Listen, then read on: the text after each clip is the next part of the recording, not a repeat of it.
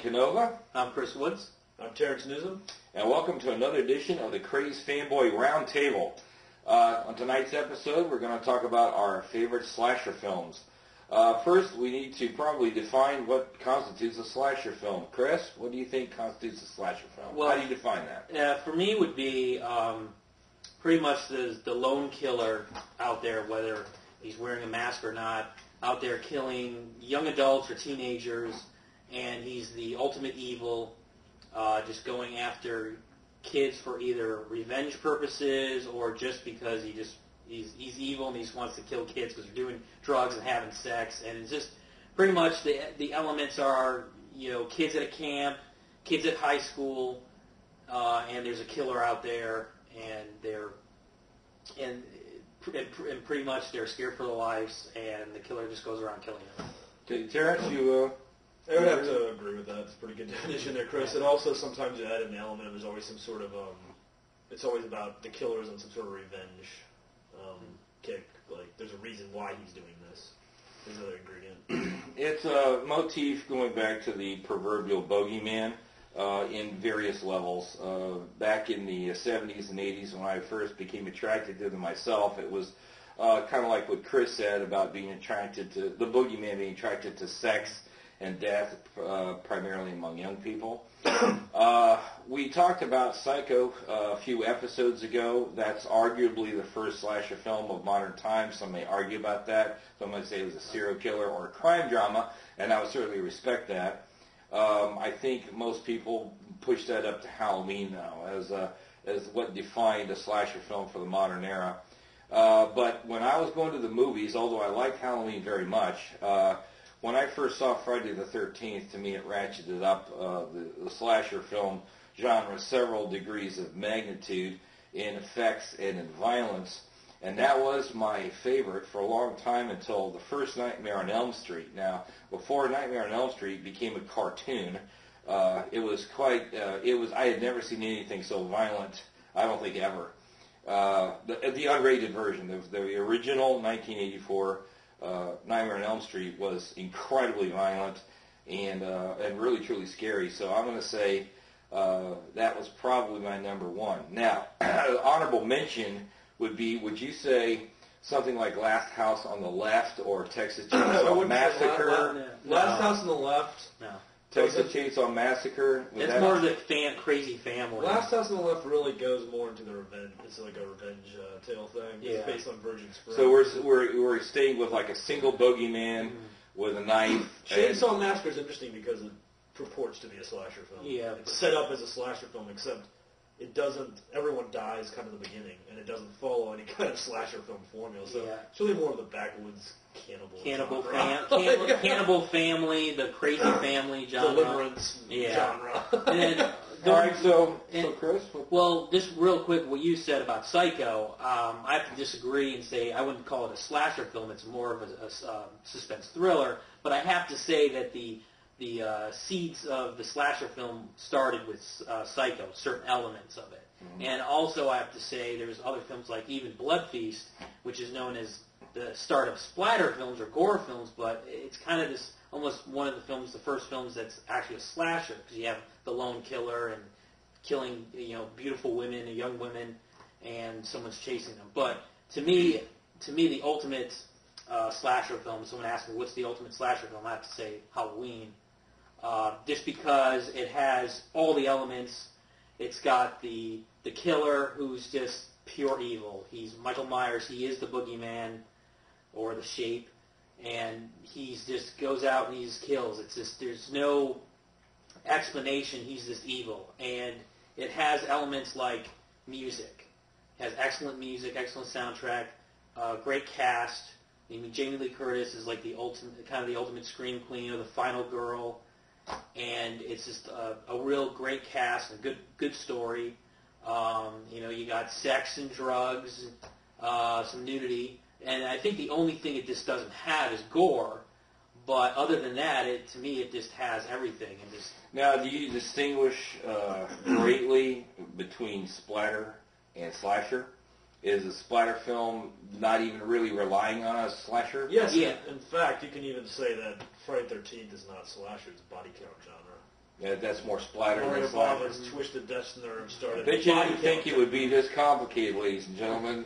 We have extra degrees here.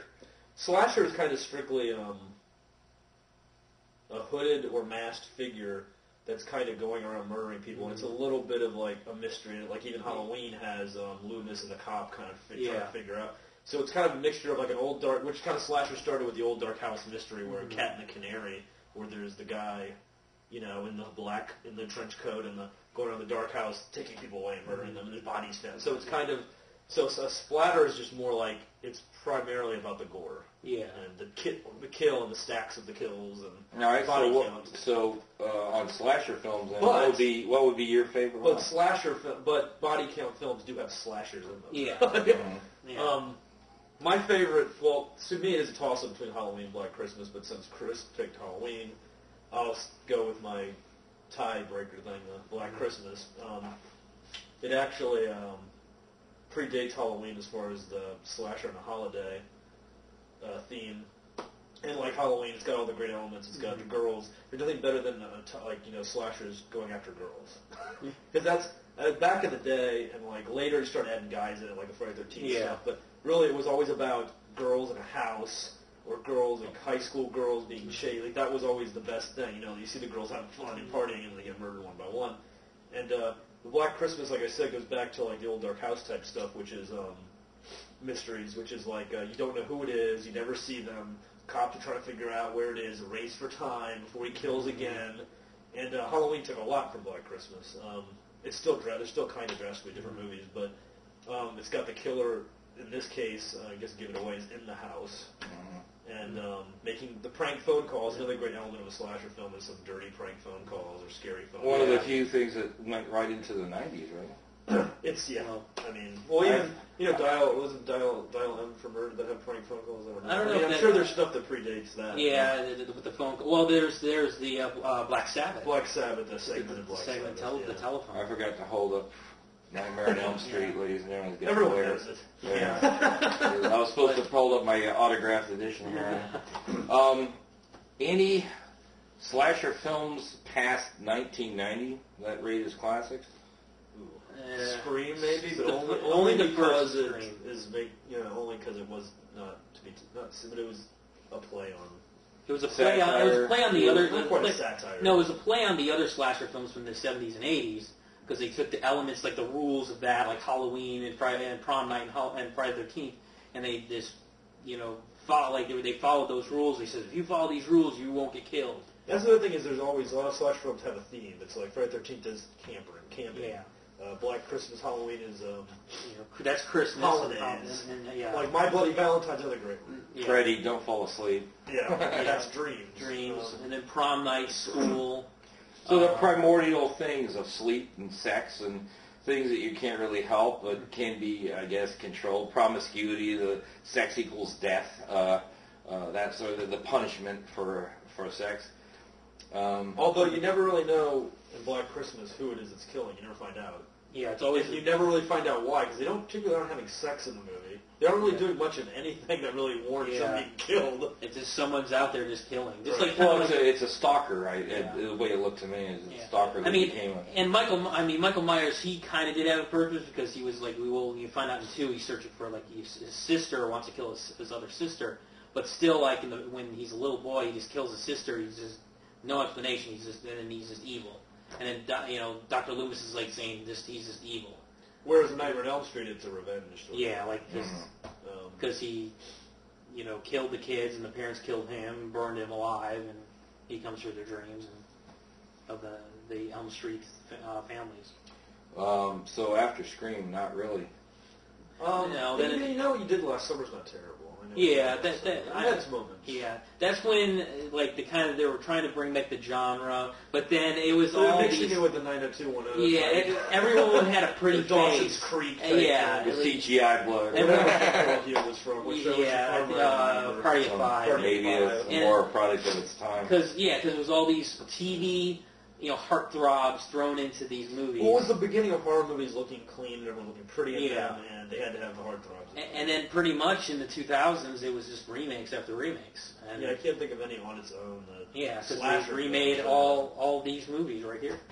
I mean, yeah, as they appeal Plus to the Friday younger the 13th, generation, they're going through the vampire thing with Twilight and all that, appealing to a younger crowd who... and the only new ones, there was that movie Hatchet, but I heard it was terrible. Yeah, as far as, I mean, there's some new good horror movies. As far as slashers go, Slasher now, really because they just tried to rip off what they did in the 80s. They tried to do So that. the slasher film, splatter film, slasher film may wind up being more a product of its time.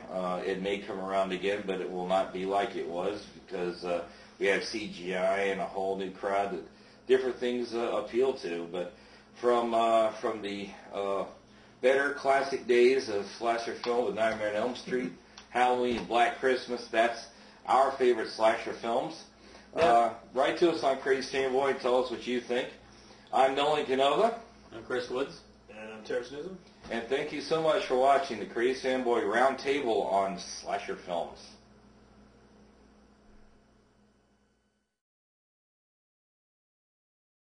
Yeah, I think we did. Yeah. Yeah, we started late because we kept arguing. No, but we started at 8:30, like 8:30. Yeah, we said what we were going to Doesn't say. show in there with the time.